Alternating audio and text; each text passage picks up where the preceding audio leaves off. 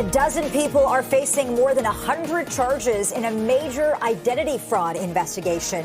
We'll tell you the details about Project Déjà Vu coming up. And the union representing 12,000 TTC workers says that its members have voted in favor of a strike mandate. We're going to tell you what that means for transit riders. That's up ahead. And we are getting reaction to the province banning cell phones in classrooms.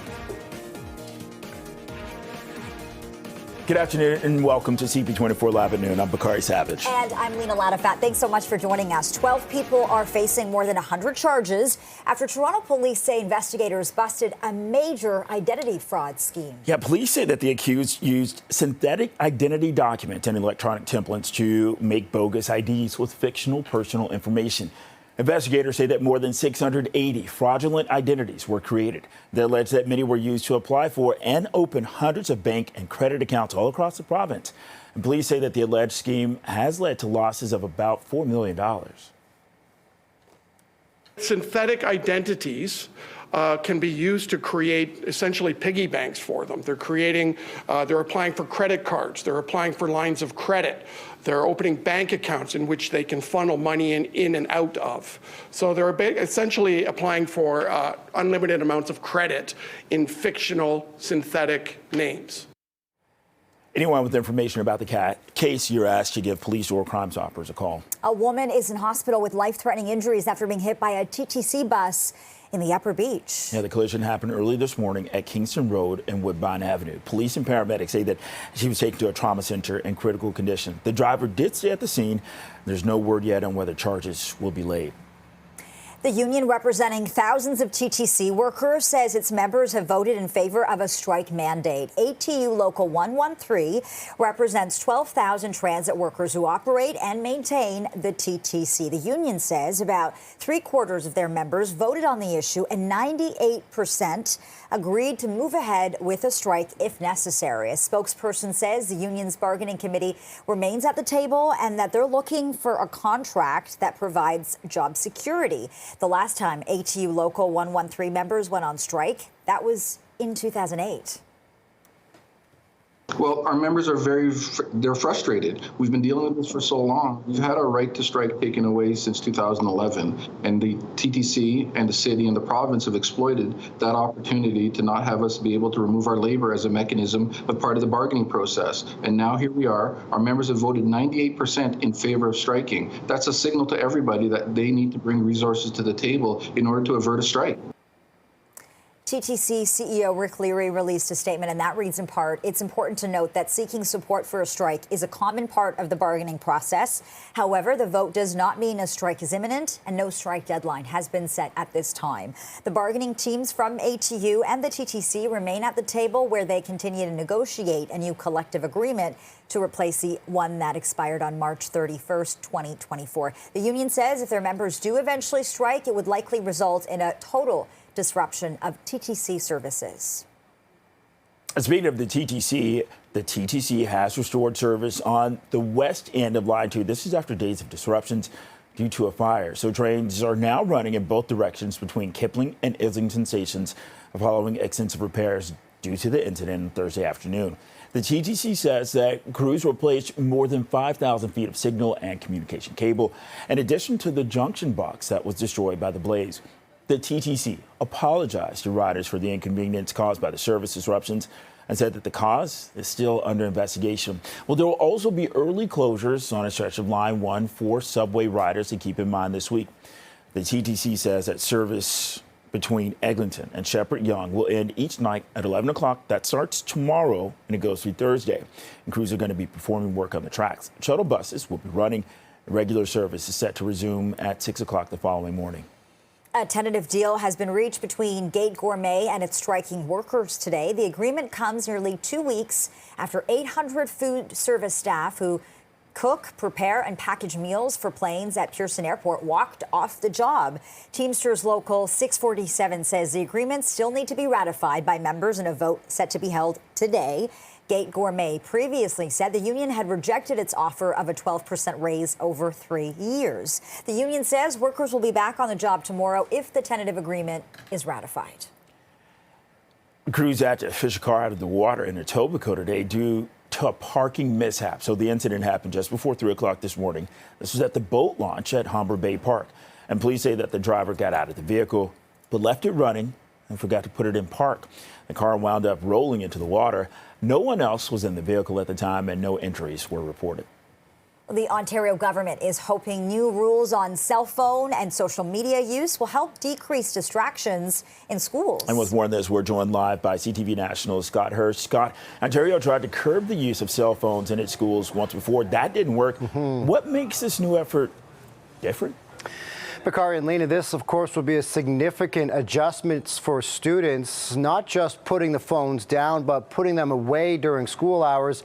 And this is a change that will affect all students, elementary and secondary schools. Now, as you mentioned, the province did try to do this before, but what's different this time, according to the education minister, province-wide consistency, and this will give educators more tools to enforce the policy. And according to the education minister, this will be the toughest policy in Canada. So here's what students, parents, and teachers, as well as administrators, will need to know for the rules starting in the fall when students go back to class in September. Students in kindergarten through grade 6 will have to keep their phones on silent and out of sight for the entire duration of the school day. For older grades 7 through 12, cell phones will only be banned during class time unless instructed by the teacher for instructional, educational purposes. Now, if caught using the phone, the teacher is expected to confiscate the phone right away and then potentially send the student to the office or notify their parents, and repeat offenders could be suspended. Now, and another important aspect of this policy change starting in September is that social media sites will be removed from all school networks and devices. Here's more from Premier Doug Ford on the changes for cracking down on cell phones in schools. I think the teachers are in favor of it. They don't want a little Johnny or little Jane sitting there on the cell phone while they're trying to teach class. And overwhelming, like it's staggering numbers, the numbers I've seen with parents supporting the ban, because they want their kids to go to school and learn, not to be on social media and fiddling around with their cell phones during class. Now, Bakari and Lena, a lot of people may be applauding this measures. Of course, we all know cell phones are an easy distraction for all of us, let alone in a classroom setting. But there are already questions about how it'll be enforced, specifically with some saying this will mean too much time policing and not enough time teaching. Okay, and Scott, there's another really important piece to this, and that has to do with vaping in schools. What's changing on that front? Yeah, part of these announcements were about cracking down on distractions in classroom, helping mental health when it comes to restricting social media, but also physical health. In this case, the province also banning vaping in all schools in a similar province-wide effort to get it out of the school setting. Students found carrying vapes or e-cigarettes will be required to give them up to teachers, and their parents could be notified. The government says it plans to spend $30 million to install vape detectors and other security upgrades over the next few years to ensure that this policy can also have success. And so the school cracking down first on distractions, but also trying to improve the mental health by restricting social media, and the physical health by restricting vaping, which has become a significant problem, particularly around teens and younger adults. And so the school district and at the provincial level is trying to crack down on several things here starting next school year. And that, of course, is when kids go back to class after the summer holidays. Bakari and Lena. Okay, a really important development, and we've got more reaction coming up. Scott Hurst reporting live. Thank you, Scott. Thanks, Lena. And hundreds of students in Montreal, they joined a pro-Palestinian protest movement started in the U.S., setting up an encampment at McGill University. Students say they aren't leaving until their demands are met. They want the school to divest from companies including banks, technology firms, and weapons manufacturers that profit from the Israel-Hamas war. Some schools in the U.S. have switched to remote learning, as some Jewish groups say the protests make students feel unsafe on campus.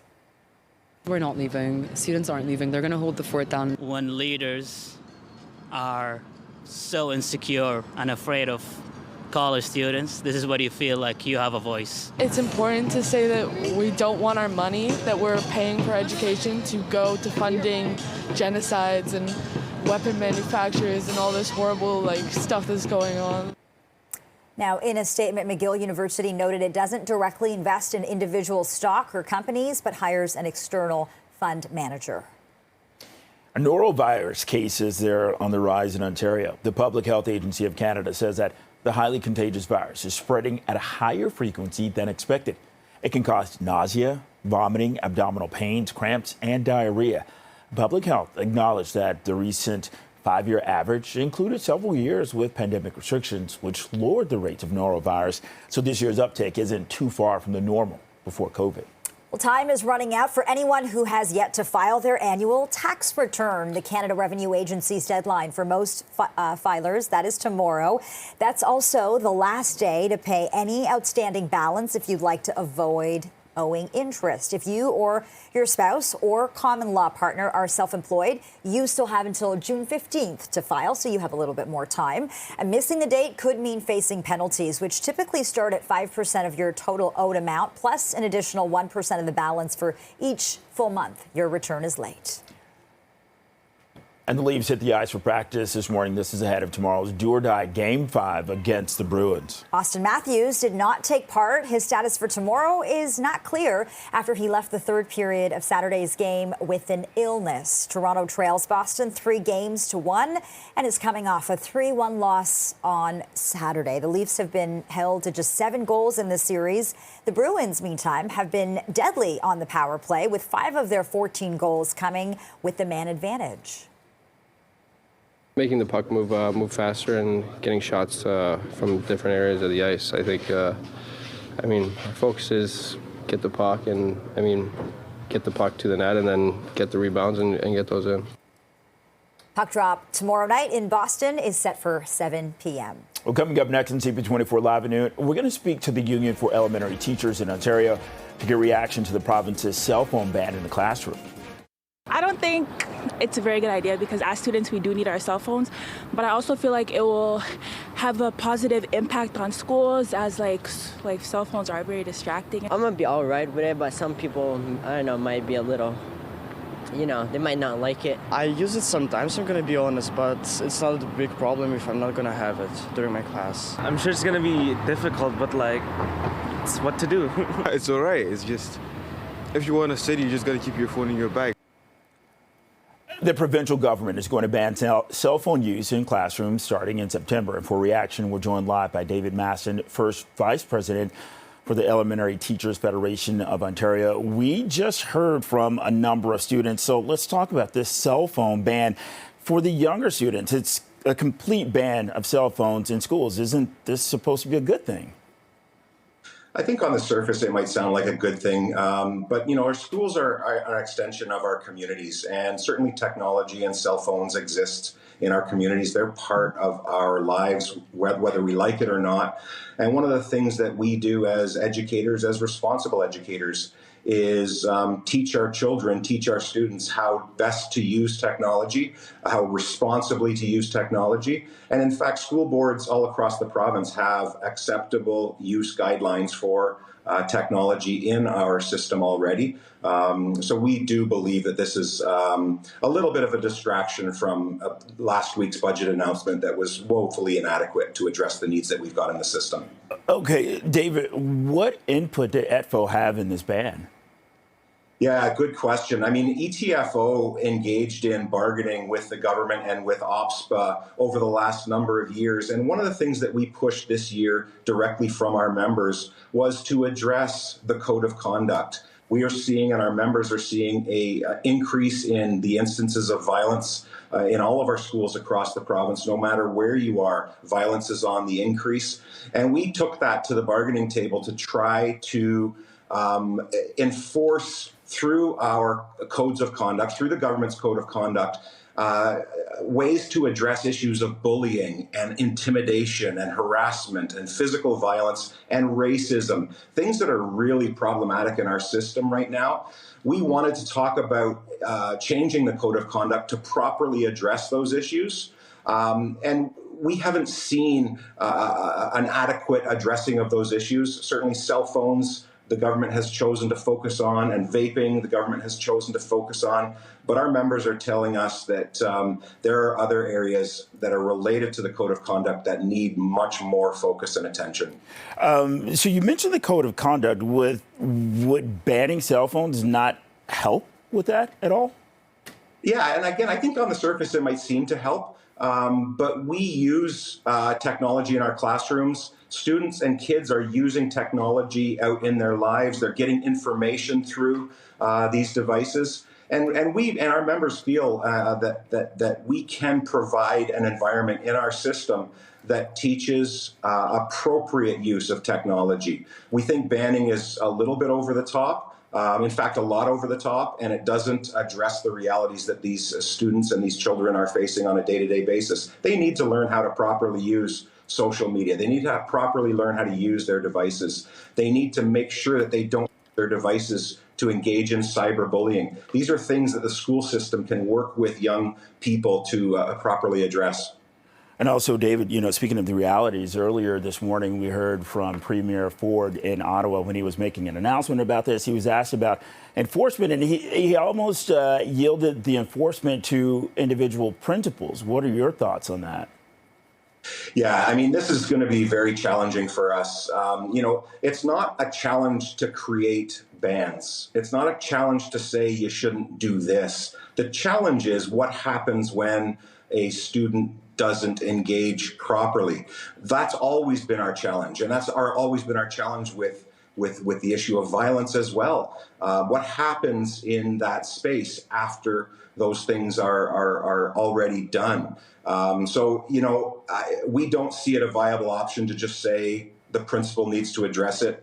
If the government's going to engage in putting down this ban, they need to also engage properly in how we enforce that ban, because it's just another thing added to our plates, and principals as well. Their plates are full already. The system is struggling right now. We don't have appropriate resources. We don't have enough personnel to address the declining children's mental health crisis that we're all feeling right now.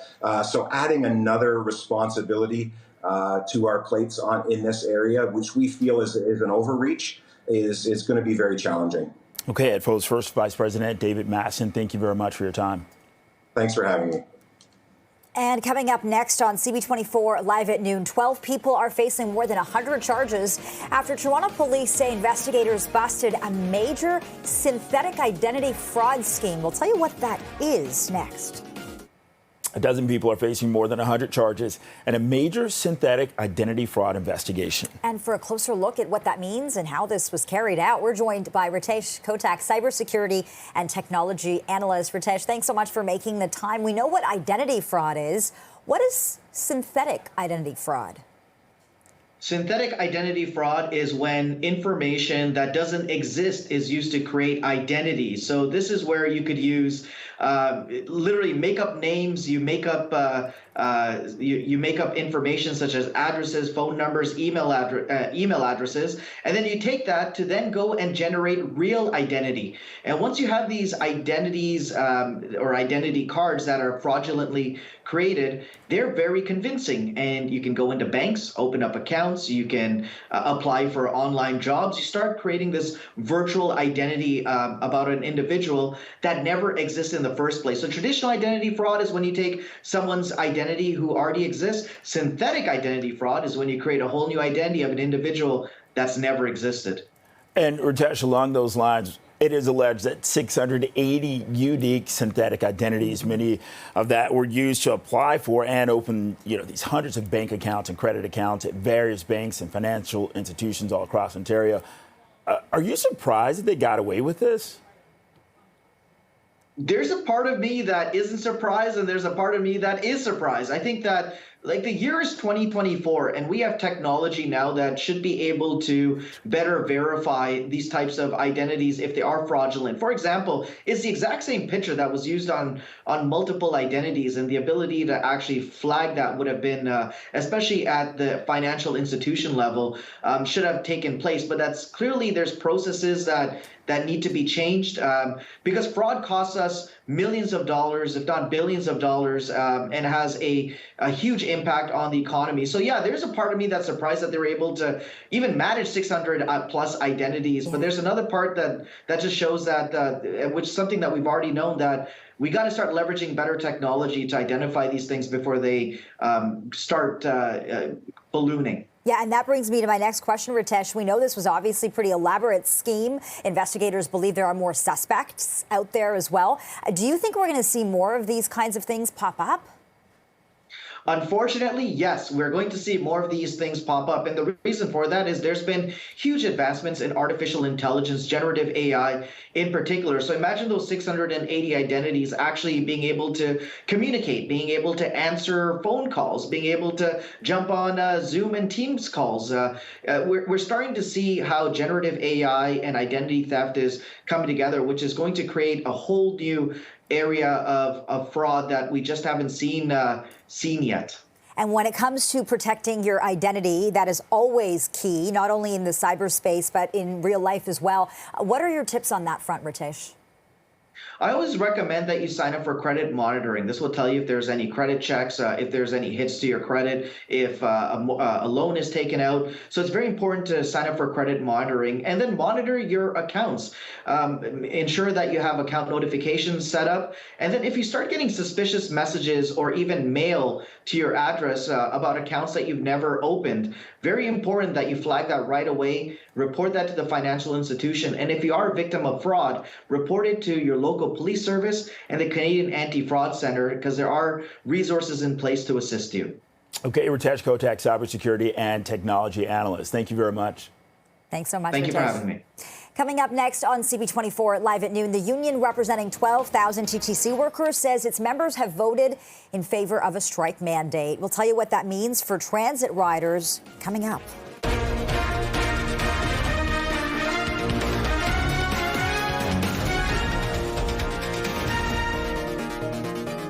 The union representing 12,000 TTC workers says that its members have voted in favor of a strike mandate. We're going to tell you what that means for transit riders up ahead. And we are getting reaction to the province banning cell phones in classrooms. And Leafs hit the ice this morning to practice ahead of leaving for Boston to face the Bruins for a do-or-die Game 5. Good afternoon and welcome to CP24 Live at Noon. I'm Lena Latifat. And I'm Bakari Savage. The union representing thousands of TTC workers says that its members have voted in favor of a strike mandate. ATU Local 113 represents 12,000 transit workers who operate and maintain the TTC. The union says about 3/4 of their members voted on the issue and 98% of them agreed to move ahead with a strike if necessary.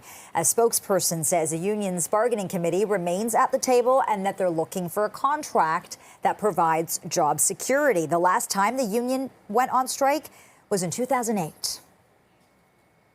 With this mandate, we now have the ability to bring this to the bargaining table to let them know that our members are prepared to do what it takes in order to get that fair deal. We will have a conciliator involved, and hopefully there is some movement. If not, we'll apply for a no board report, and 17 days later, we'll be in a legal position to take strike action. TTC CEO Rick Leary did release a statement which reads in part, quote, "It's important to note that seeking support for a strike is a common part of the bargaining process. However, the vote does not mean that a strike's imminent, and no strike deadline has been set at this time. The bargaining teams from ATU and the TTC remain at the table. This is where they continue to negotiate a new collective agreement to replace the one that expired March 31st of 2024. And the union says that if their members do eventually strike, it would likely result in a total disruption of TTC services. And speaking of TTC service has been restored on the west end of Line 2 after days of disruptions. This is due to a fire. Trains are now running in both directions between Kipling and Islington stations. This is following extensive repairs due to the incident on Thursday afternoon. So the TTC says that crews replaced more than 5,000 feet of signal and communication cable, in addition to the junction box that was destroyed by the blaze. The TTC apologized to riders for the inconvenience caused by the service disruptions and said that the cause of the fire is still under investigation. And there will be early closures on a stretch of Line 1 for subway riders to keep in mind this week. The TTC says service between Eglinton and Shepherd Young will end each night at 11 p.m. starting tomorrow through Thursday. Crews will be performing work on the tracks. Shuttle buses will be running instead. Regular service is set to resume at 6 o'clock the following morning. 12 people are facing more than 100 charges after Toronto police say that investigators busted a major identity fraud scheme. Police say that the accused used synthetic identity documents and electronic templates to make bogus IDs with fictional personal information. Investigators say that more than 680 fraudulent identities were created. They allege many were used to apply for and open hundreds of bank and credit accounts across the province. Police say that the alleged scheme has led to the losses of about $4 million. All financial institutions have security parameters in place in order to minimize the damages to them. The fraudsters are really smart. They're advancing with technology. The identification is very convincing. It often does get caught at the financial institutions, but it doesn't always get caught.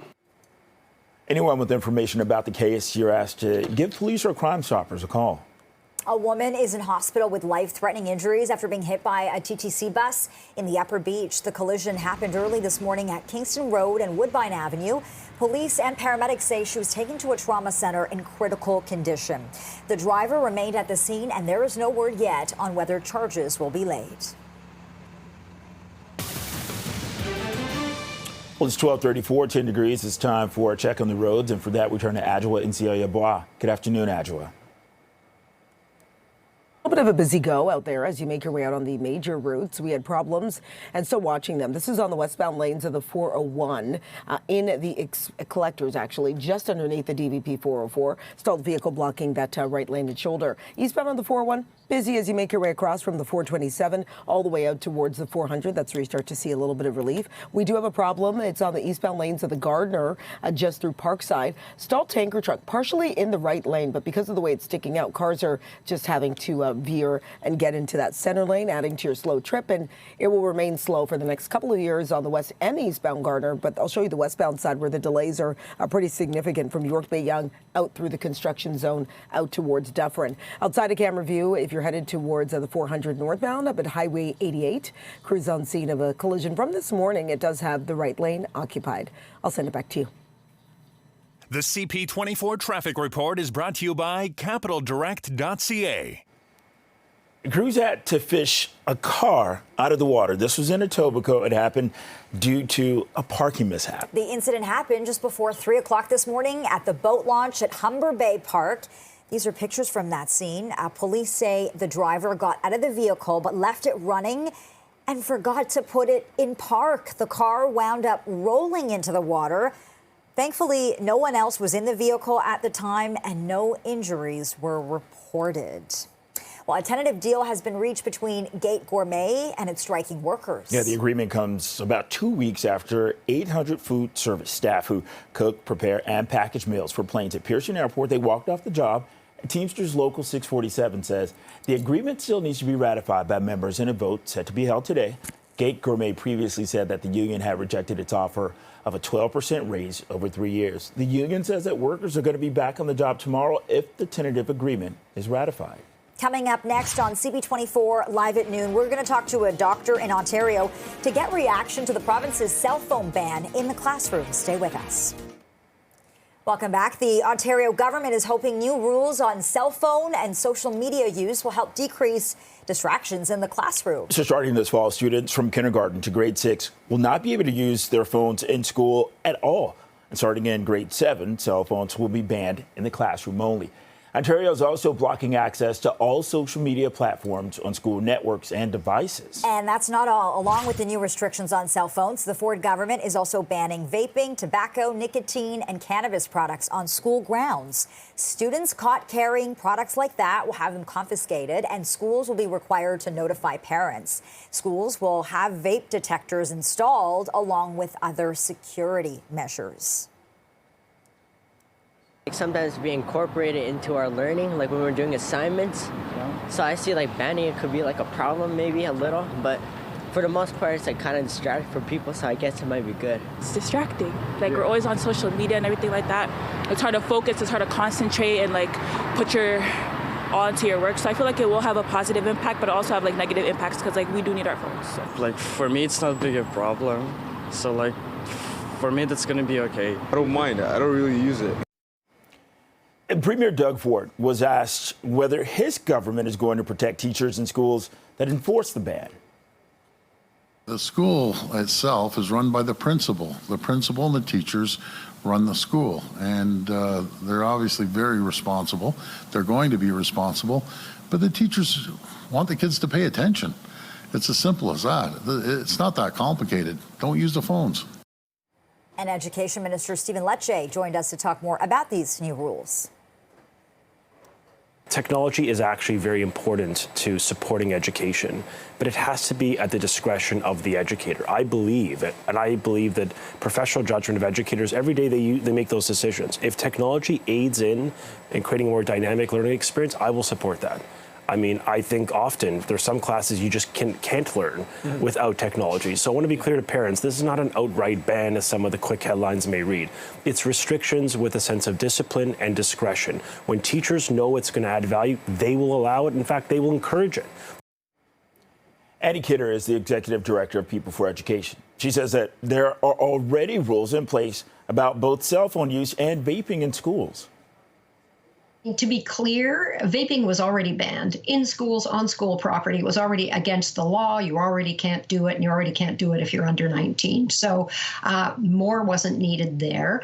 I think it is important that we're talking to kids about vaping. We have to, I'm really, really old, so I nearly remember kind of, reefer madness videos, which really didn't do much good. So we have to really think about how we're supporting kids in terms of really managing their overall health. And certainly, not vaping, not using things that are addictive, not using drugs, when they're young. So supports are needed. In this case, there was already a ban, so it's not going to make much difference in terms of that. And for more reaction, we're joined live now by Dr. Kwadwo Kyeremanteng, a critical care and palliative doctor and associate professor at the University of Ottawa. Doc, it's good to see you. Thanks so much for joining us. You called for a cell phone ban in schools even before the minister made it official. Why did you feel the need to speak out? Yeah, thanks for the opportunity to speak on this. I think for a few reasons. One, we're getting more and more evidence that the cell phone use, especially the use of social media in our youth, is detrimental in terms of their mental health, anxiety, and depression. And we also, coming out of the pandemic, we realize how behind our kids are, and the need to be able to catch up, and the need to be able to optimize their education. And so when you have a mix of this data that's coming out, to me, the idea of restricting cell phone use in schools makes a lot of sense. And we just heard about the importance of having technology in classrooms. I totally agree with that.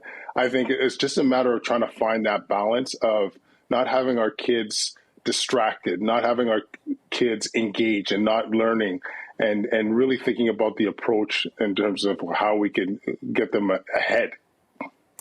We just heard from a union that represents thousands of educators in our province, EDFO, raising concerns about how this is going to go, saying that it's one thing to implement a ban, it's another to actually talk about how it's going to be enforced. Do you have any concerns, or how would you like to see this carried out?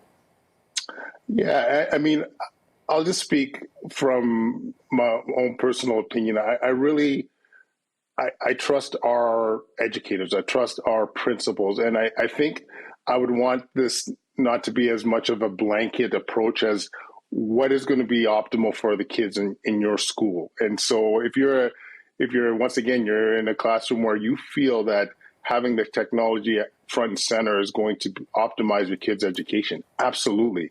If it means not having cell phones in the class when we're doing more focused learning during a time period, I'm all for it. I just think that this is an issue that needs to be addressed, and I think any step forward in terms of trying to limit the access to the cell phones is smart. And just to reinforce, there's more and more data out there too. Like when I think there was I believe it was out of London or Norway, where we were seeing kids having more, like their grades are better as a result of banning the cell phones, that there was less bullying, there was less distraction.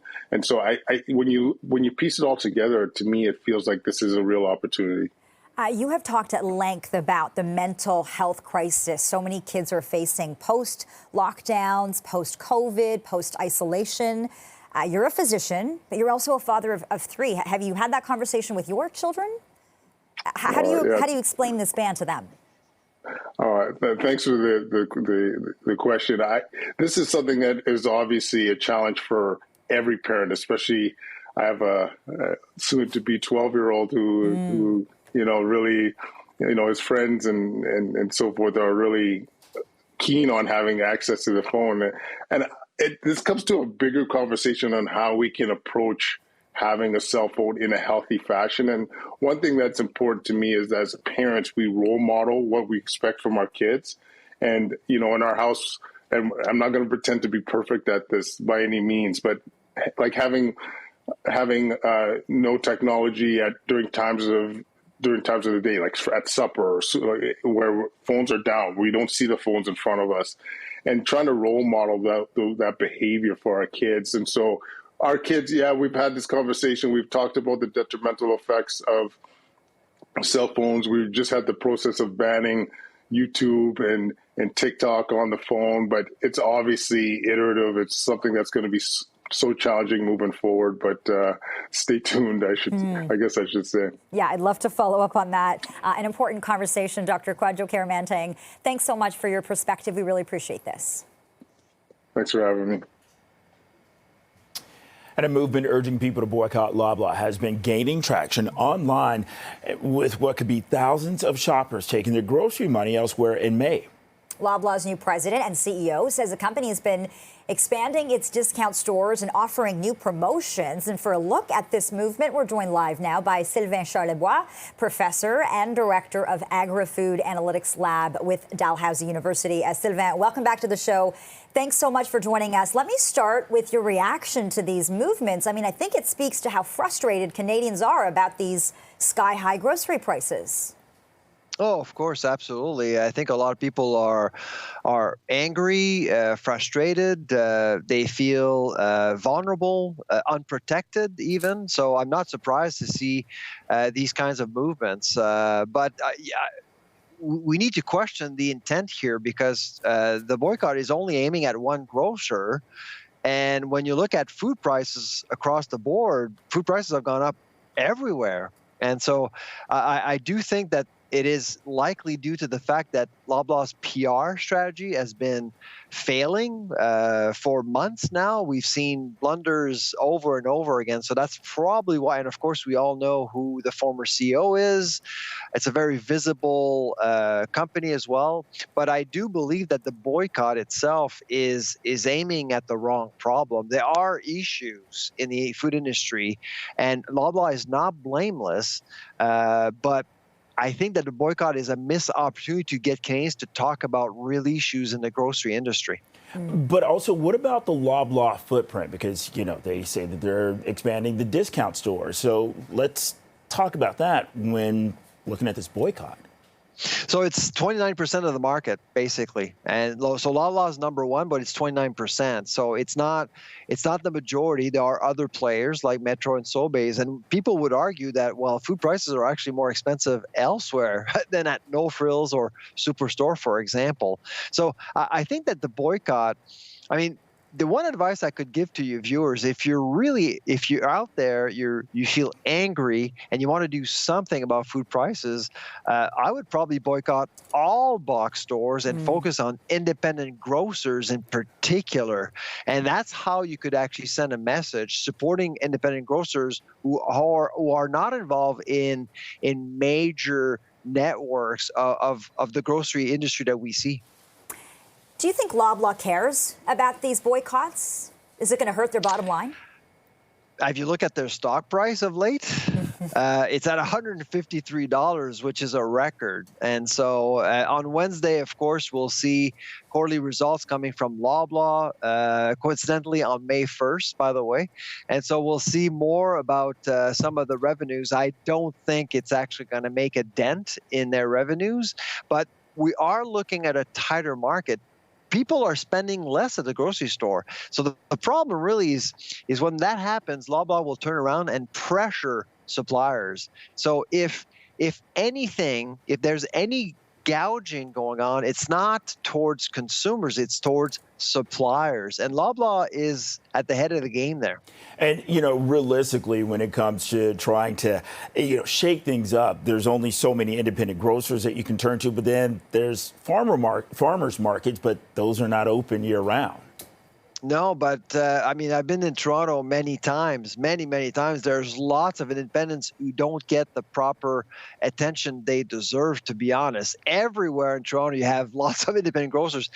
And small doesn't mean more expensive. Lots of independent grocers in Toronto offer some amazing deals. You just need to look. Sylvain, I think you've made some excellent points about how frustrated people feel and how limited their options are, while also acknowledging that there are options. Can you talk about the long-term food price picture? Is it going to get better? Is there any relief around the corner? That's the other thing about the boycott. If I were to organize a boycott, I would have done it like 2 months ago. Because right now, food inflation is below 2%, and it's likely going to drop even further. And people are starting to notice that there are more deals out there, whether it's with meat products, dairy, produce. We're almost in May now. Prices aren't going to be as challenging as, say, 6 months ago. So the boycott is not well timed. If you wanted the boycott to work against Loblaws, I would have done like 2-3 months ago, not now. Okay. Sylvain Charlebois, a professor and director of Agri-Food Analytics Lab with Dalhousie University. Always good to get your perspective on these things. Thank you. Yeah, thanks a lot. Take care. Well, the Leafs hit the ice for practice this morning ahead of tomorrow's do-or-die Game 5 against the Bruins. Austin Matthews did not take part. His status for tomorrow still unclear. This after he left the third period of Saturday's game with an illness. Toronto trails Boston 3-1 and is coming off a 3-1 loss on Saturday. The Leafs have been held to just 7 goals in the series.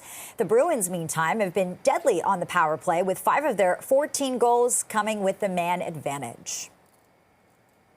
Started pretty well in Game 3, scored first in Game 3, but we don't score first in Game 2 on the road. I mean, it's a 60-minute game that we've got to be really good at.